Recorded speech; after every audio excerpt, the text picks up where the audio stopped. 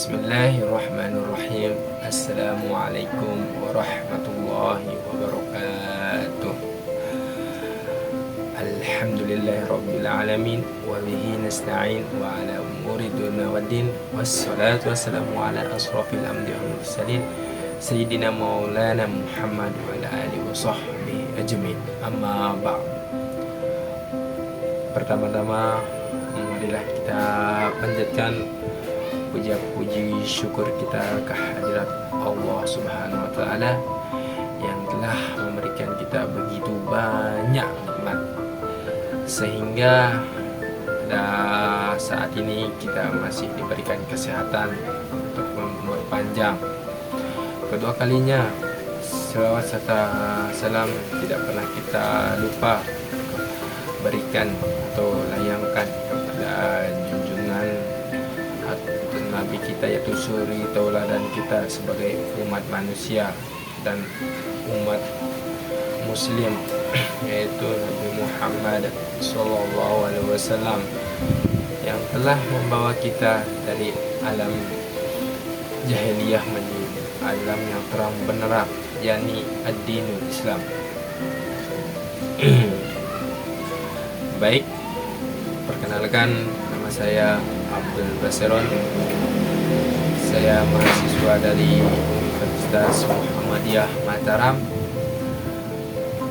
jurusan PPKN semester 6, di mana di video kali ini saya akan menayangkan sebuah video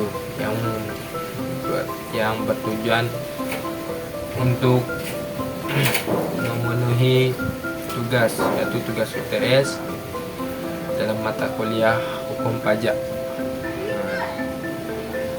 Di mata kuliah hukum pajak ini saya akan menyampaikan sebuah materi, di mana materi yang saya dapatkan itu yang berjudul tentang nomor pokok wajib pajak atau NPWP.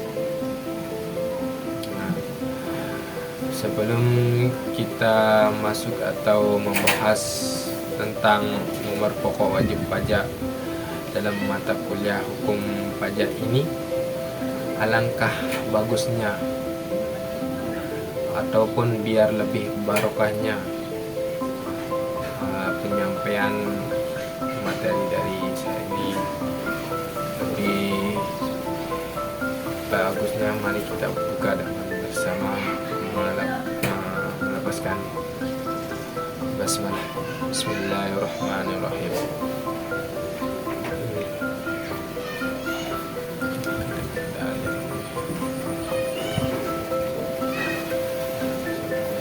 Langsung saja saya akan menyampaikan tentang isi dari materi yang saya dapatkan dalam mata kuliah hukum pajak ini yang berjudul nomor pokok wajib pajak atau NPWP. Yang pertama yaitu pengertian dan fungsi dari pajak. Pengertian pajak. Menurut PJ Andriani, bahwa pajak adalah iuran kepada negara yang dapat dipaksakan, yang terhutang oleh yang wajib membayarnya menurut peraturan-peraturan, dengan tidak mendapatkan prestasi kembali yang langsung dapat ditunjuk, dan yang gunanya adalah untuk membiayai pengeluaran umum berhubung dengan tugas negara untuk menyelenggarakan pemerintah. 2. Fungsi pajak.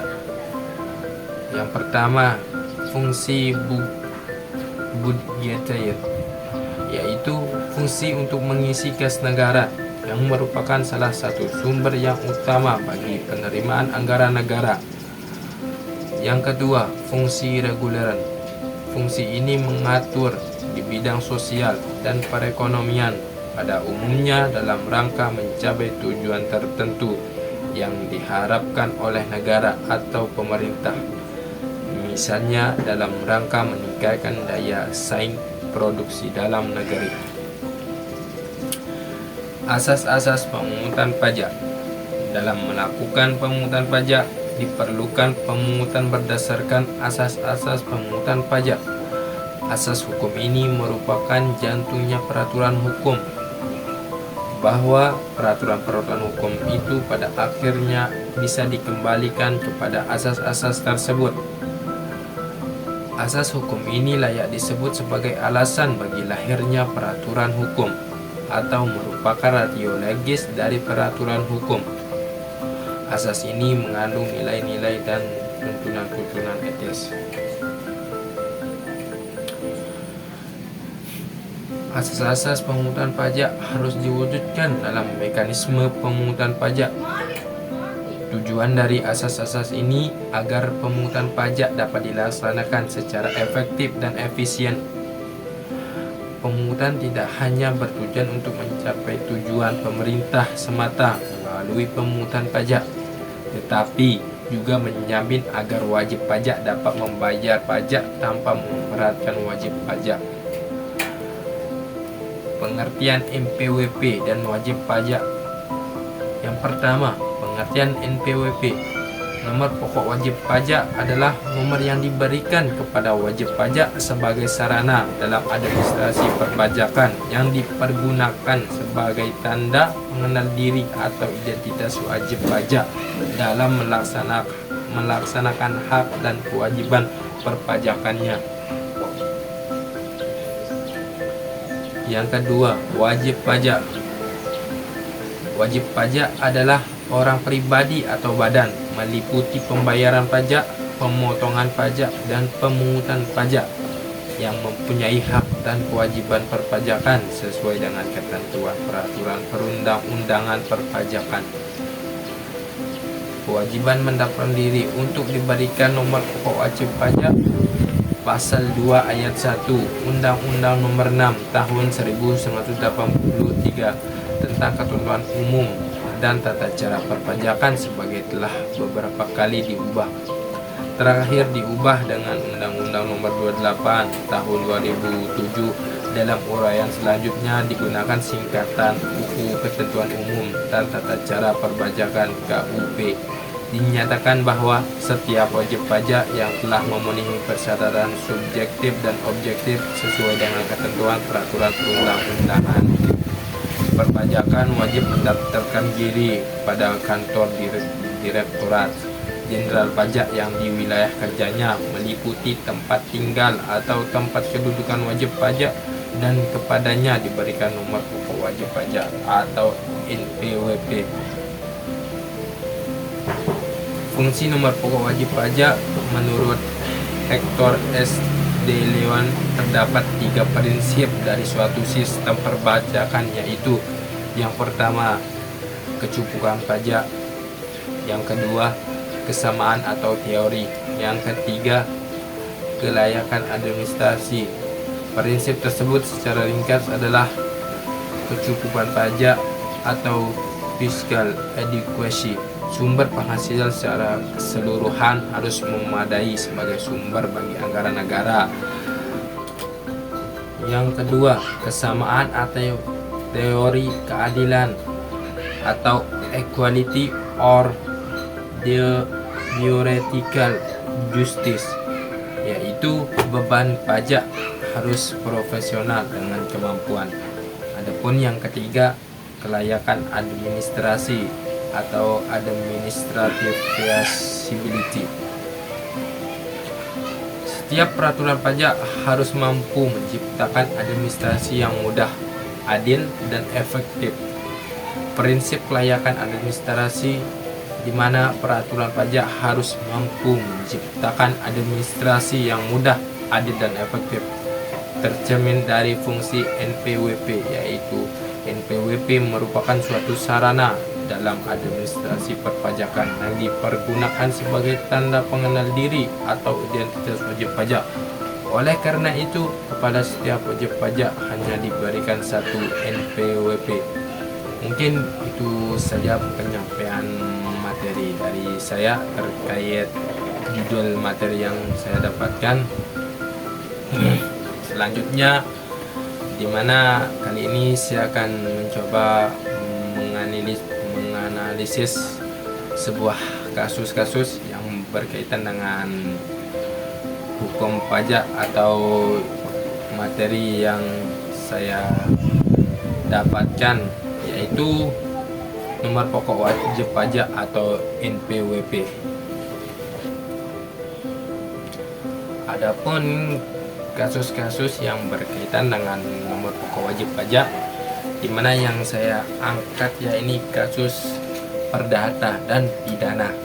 Ada kasus di mana wajib pajak harus menghadapi proses hukum karena pelanggaran terkait NPWP, misalnya tidak mendaftarkan diri untuk mendapatkan NPWP padahal telah memenuhi syarat sebagai wajib pajak, atau terlibat dalam kasus penggelapan pajak yang menggunakan NPWP.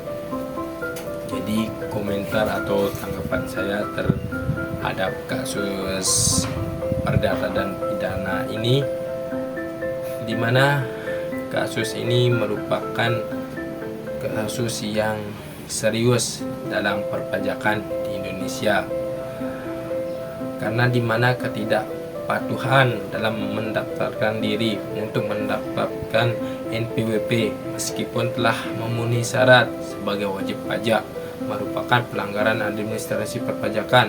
Undang-undang perpajakan di Indonesia mengharuskan setiap orang yang memiliki penghasilan di atas PTKP atau penghasilan tidak kena pajak untuk mendaftarkan diri dan mendapatkan NPWP.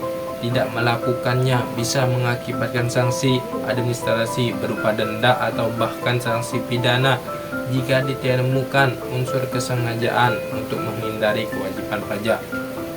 Jadi adapun solusi dari saya yaitu bahwa pemerintah dan atau Direktorat Jenderal Pajak perlu meningkatkan sosialisasi dan edukasi kepada masyarakat mengenai pentingnya memiliki NPWP.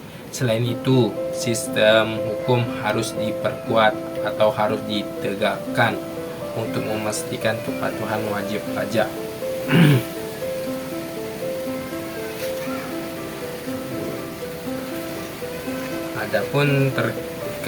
Adapun kasus yang kedua, yaitu di mana kasus penggelapan pajak yang menggunakan NPWP. Nah, di mana juga kasus tersebut merupakan suatu kasus yang sangat serius terhadap perpajakan yang ada di Indonesia ini. Adapun komentar atau tanggapan saya terkait kasus ini itu tentang kasus penggelapan pajak, yaitu bahwa penggelapan pajak merupakan tindak pidana serius yang merugikan negara.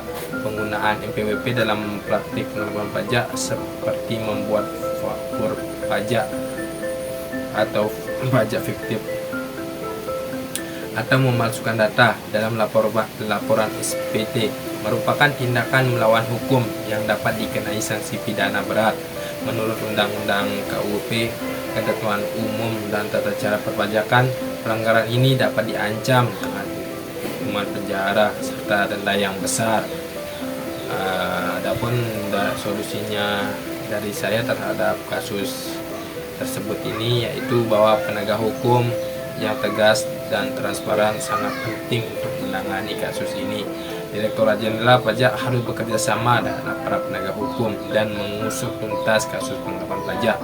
Selain itu, penggunaan teknologi ini dan sistem informasi yang canggih dalam monitoring dalam pelaporan pajak dapat membantu mendeteksi dan mencegah praktek penggelapan pajak.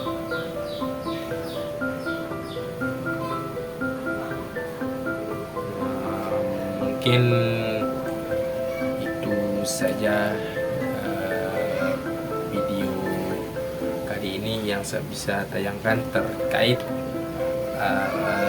penjelasan sebuah materi dari mata kuliah hukum pajak, di mana mata kuliah hukum pajak ini materi yang saya dapatkan yaitu tentang nomor pokok wajib pajak dan terkait kasus-kasus yang berkaitan dengan materi saya yaitu nomor pokok wajib pajak. Mungkin itu saja yang bisa saya sampaikan di video kali ini. Terima kasih atas perhatiannya. Semoga kita diberikan panjang umur dan kesehatan. Mungkin itu saja dari saya. Mohon maaf apabila ada salah dalam kalimat ucapan saya dalam video kali ini. Terima kasih. Billahi fi sabil haq fastabiqul khairat. Assalamualaikum warahmatullahi wabarakatuh.